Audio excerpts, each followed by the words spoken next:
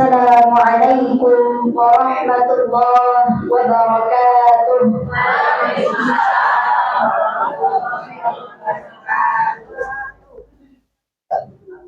Alhamdulillah wassalatu wassalamu ala Rasulillah sallallahu alaihi wasallam, amma ba'du. Hadirin yang dirahmati oleh Allah, apa kabar? Alhamdulillah. Sehat? Dompet sehat?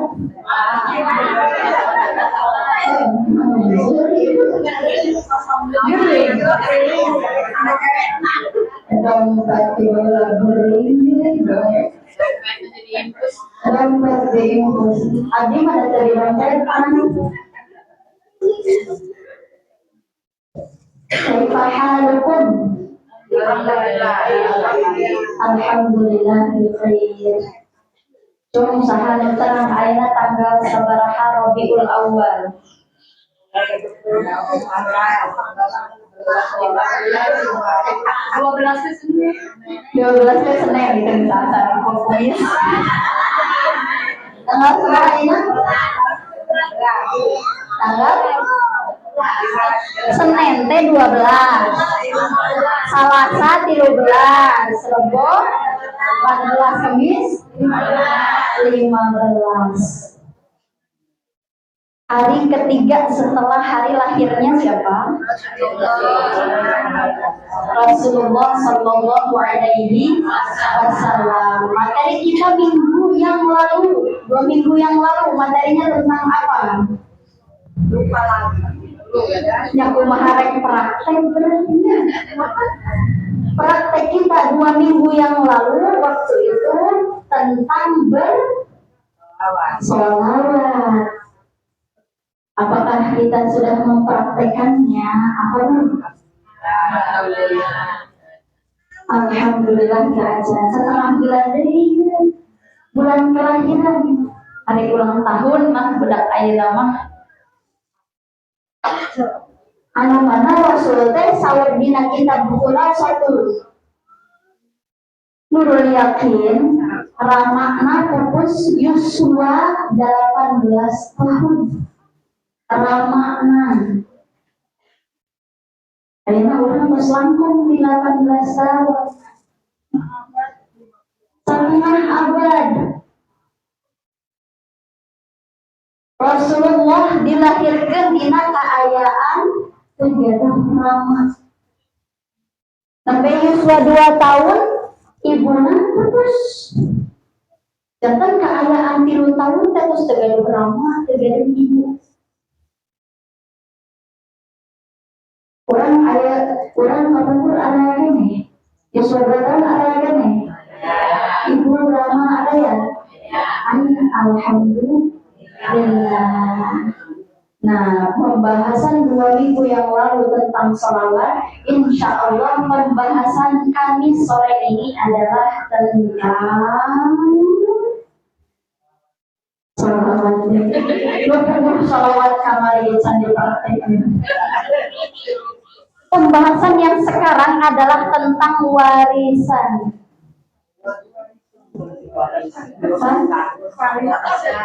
Warisan teh pipasean, bener. Lamun ninggalkeun warisan. Mun teu ninggalkeun warisan mana urang dipasean. Oh, gitu. Mun maseakeun utang. Warisanna Rasulullah, siapa yang tahu? Warisannya Rasulullah itu bukan harta, bukan tahta, bukan jabatan. Harta, tahta, jabatan bisa saja orang tua turunkan kepada anaknya. Tapi warisan Rasulullah itu warisan yang tidak bisa diturunkan kecuali kita harus berusaha. Warisan Rasul adalah ilmu. Warisan Rasul apa? Ilmu. Sesuatu yang tidak bisa dilihat, tidak bisa diraba, tidak bisa dirasakan. Oh, bisa dirasakan, Bu. Tidak terlihat tapi terasa oleh pemiliknya. Tidak bisa dilihat tapi terlihat oleh orang lain, dirasakan oleh orang lain. Boleh ke bahasa Indonesia? Kenapa? Karena ada satu cerita seperti ini. Orang-orang sedang di pasar. Tiba-tiba ada satu orang yang menyeru memanggil, "Wahai kaum, Rasulullah sedang membagikan warisannya. Ayo kita jemput warisan tersebut. Ayo kita samper tempat tersebut. Ayo kita datang ke tempat tersebut. Takut tidak kebagian." Langsung orang-orang yang tadinya sedang sibuk berjual beli di pasar langsung datang.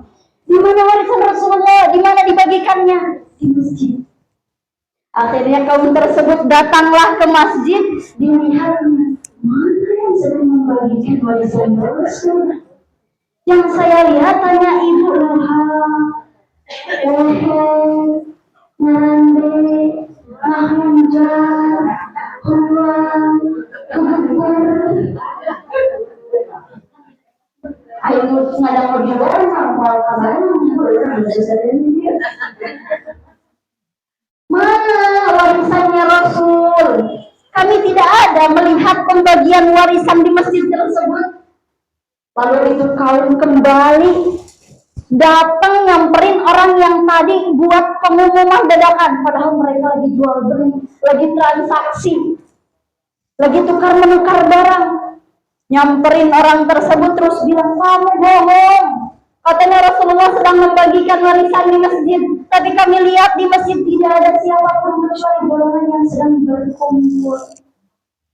sedang berkumpul meratapi kehidupan, meratapi nasib, mengingat akhirat, mengingat dosa-dosa, memperbaiki diri." Hanya itu yang kami lihat, tidak lebih, bahkan ini pun tidak ada di zaman dulu. Tidak ada dibagikan makanan, yang ada hanyalah ilmu. Orang yang tadi ngomongin langsung jawab, memangnya yang dalam benak kalian warisan Rasulullah itu seperti apa sih? Mereka dengan percaya diri bilang, yang namanya warisan itu harta. Bagaimanapun bentuknya, yang penting itu adalah harta. Mau itu uang, mau itu barang, mau itu sertifikat, dan lain sebagainya. Tapi kata orang tersebut, tidak. Itu pemikiran yang sangat salah. Rasulullah tidak pernah meninggalkan harta untuk keluarganya. Bahkan jika di rumahnya ada harta yang harus disedekahkan, beliau akan langsung membagikan harta tersebut. Sampai sangat sering sekali Rasulullah bertanya kepada istrinya, "Wahai istriku, apakah di rumah kita ada makanan?" Jika istrinya menjawab, "Tidak ada, wahai suamiku, kami tidak mempunyai makanan," berarti aku akan berpuasa. Saking sederhananya Rasul, tapi kita lihat sekarang di rumah kita saja ada tidak makanan? Ada makanan? Apa yang ditertawakan? Ada tidak minuman? Ada. Banyak tidak? Banyak sih. Tidak. Setidaknya menurut kita, tapi kalau kita lihat rumahnya Rasulullah itu banyak. Hanya saja kita sedikit, bahkan banyaknya tetap makanan itu sering kita komentar. Bu, masa cuma ada ini? Masa makannya tempe lagi? Masa telur lagi? Masa sama mie lagi? Padahal Rasulullah di zaman dulu tidak ada makanan sama sekali. Adanya satu biji, satu butir kurma saja sudah sangat berharga. Itulah yang harus kita syukuri. Kembali lagi, warisannya Rasulullah itu apa? Berarti apakah setiap dari kita bisa mendapatkan warisan Rasulullah? Bisa apa tidak? Bingung. Ulang. Rasulullah kalau bagi-bagi warisan Rasul apa? Ilmu. Kalau kita pengen warisan Rasulullah, bisa tidak? Bisa, karena ilmu itu tidak akan pernah habis. Betul? Tapi kalau Rasulullah dari dulu membagikan harta, apakah kita bisa kebagian? Tidak. Udah berapa tahun yang lalu? Coba Rasulullah wafat tahun berapa? 12 Rabiul Awal tahun lahir dan meninggal di waktu yang sama.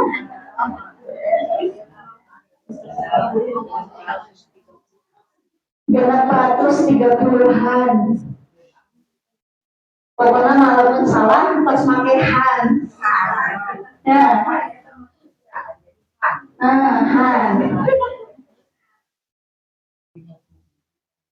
Ketika Rasulullah wafatnya, Rasul itu meninggalkan ilmu untuk kita semua.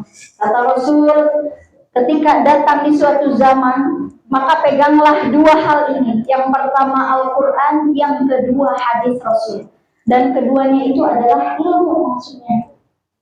Jadi jika kita ingin mendapatkan warisan Rasulullah, maka kita harus memperbanyak belajar, memperbanyak rutinan.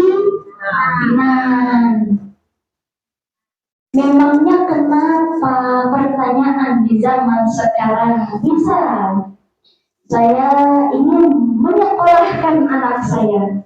Pertanyaan saya, kenapa anak disekolahin? Ada yang bisa jawab? Pintar. Kalau udah pinter, biar apa? Biar soleh. Kalau udah soleh?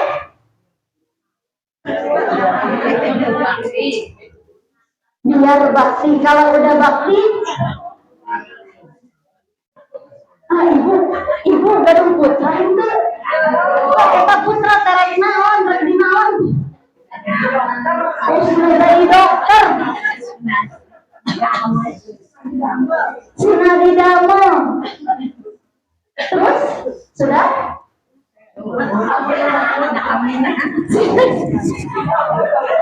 Cuma kamari pembahasan dikawinkan kalau kamakin ribu. Ayolah sina kawinan. Pertanyaan dari golongan orang-orang yang iri ketika Rasulullah bilang seperti ini. Wahai kaum, ana Madinatul Ilmi. Saya, kata Rasul, saya adalah kotanya ilmu. Kotanya ilmu. Wa Ali dan Sayyidina Ali adalah pintu kota tersebut. Kebayang gak Ibu?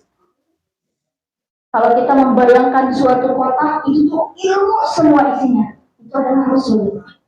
Dan pintu agar kita bisa masuk ke kota tersebut adalah melewati Ali, Sayyidina Ali. Itu pintunya ilmu. Ketika ada golongan yang mendengar kalimat Rasul tersebut, ada yang nggak suka sama Sayyidina Ali. Apa sih Sayyidina Ali yang disebut pintunya ilmu? Emangnya apa sih kelebihannya Sayyidina Ali? Mana saya mau lihat, mana saya mau tes. Kalau orang nggak suka, nantang-nantang tapi belum tahu aslinya gimana. Cukup mendengarkan kata orang lain tiba-tiba nggak suka. Padahal setelah mencoba, dari 10 orang yang datang menghampiri Ali, semuanya bersekongkol. Wahai ibu-ibu yang 10, saya kumpulkan di sini, kita akan melakukan satu topik yang sama, yaitu ngetes Sayyidina Ali. Bagaimana rencana kita? Setiap ibu harus bertanya kepada Sayyidina Ali. Pertanyaannya sama. Mulia ilmu atau mulia harta? Oke. Kita kunci ya jawabannya. Balik lagi ke yang tadi. Anak disekolahin buat apa? Belajar. Belajar biar pintar. Pintar biar soleh. Kalau udah soleh bisa berbakti. Yang terakhir bisa membawa orang tuanya ke surga. surya dulu ya, mampir ya. Habis itu ke surga. Kan menikmati dunia dulu. Nah, kalau kita meniatkan ilmu itu untuk akhirat, itulah yang menjadi penyebab kenapa ilmu itu sangat mulia. Pertanyaan dari seorang ibu kepada Sayyidina Ali, wahai Ali, muliakah ilmu ataukah harta? Ilmu, oke. Jawaban mah enak, betul. Tapi kita nyuruh anak buat belajar, susah. Betul bukan nasihat. Kurang terapinan, budak ngaji. Kenapa? Karena kata Sayyidina Ali, jelas mulia ilmu lah daripada harta. Karena ilmu itu warisan Rasulullah Shallallahu Alaihi Wasallam. Nah, ibu kalau misalkan ibu gak punya warisan, warisin semangat belajar ke anak. Karena itu warisan terbaik buat anak tersebut, bahkan buat kita juga. Yang pertama. Yang kedua, kenapa ilmu lebih mulia? Coba ada yang tahu? Dengan ilmu bisa meraih dunia juga. Dengan ilmu, ya bisa meraih harta. Bisa meraih harta. Kemudian jawabannya betul 50%. Kenapa? Karena memang siapa saja orang yang berilmu pasti dunianya dia punya.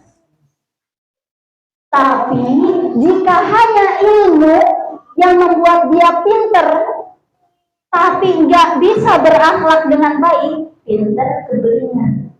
Ya, dunia dia bisa dapatkan, tapi akhirat wallahu alam, bukan alam. Alam. Oh, mega fungsi alam. Ini alam.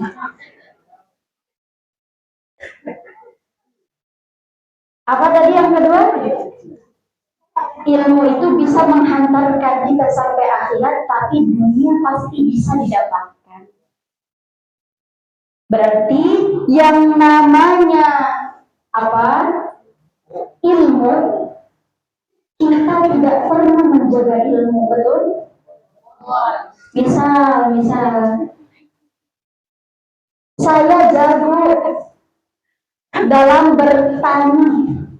Apakah ibu takut ilmu ibu dikirim sama orang lain? Tidak. Misal, ibu jago dalam berdagang. Apakah ibu takut ilmu ibu dicuri orang? Tidak. Tapi kalau ibu menjadi orang yang terkaya di Kecamatan Kertajati, contohnya, pasti banyak orang yang tidak suka. Karena semakin banyak harta kita, semakin banyak musuh kita. Betul?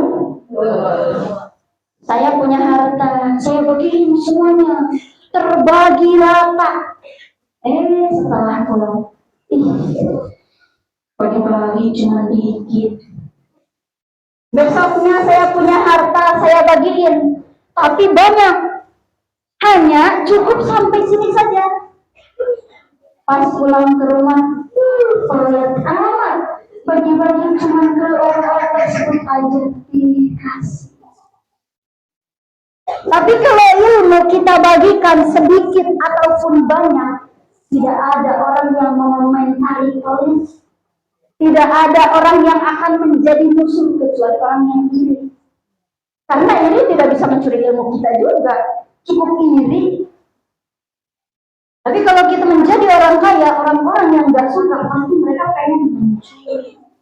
Orang-orang yang di dalam pikirannya tidak baik, pasti berpikir-pikir yang buruk. Ingin mencuri, senang ketika bisnisnya hancur, senang ketika keluarganya konflik. Betul? Ya, ibu semangat sekali membetulkan. Maka harus semangat juga apa? Mencari ilmu. Bagusnya ini kan, barang siapa yang mencari ilmu, dunia pasti dapat. Ini dunia bukan? Tapi ilmu pasti dapat, betul? Nah, kalau kita meniatkan sekolahnya anak untuk akhirat, dunia pasti kebagian, Bu. Dunia pasti kebagian. Apalagi kalau yang dipelajarinya itu ilmu agama. Bukan berarti kita harus belajar agama ngaji terus, bukan. Walaupun masuk kedokteran, walaupun masuk apoteker, walaupun masuk pengacara, masuk kepemimpinan, tapi di dalam hatinya ada agama, maka akhirat itu pasti menunggu, pasti senang. Gak bisa, Bu, semuanya tukang ceramah. Siapa yang mau dengar aja? Betul? Ya. Ada dokter ketika dia merawat pasiennya, dia selalu ingat agama. Baca bismillah dulu ini, yakin Allah yang menyembuhkan. Bukankah dengan pribadi dokter yang seperti itu, pasien bisa mendapat hidayah?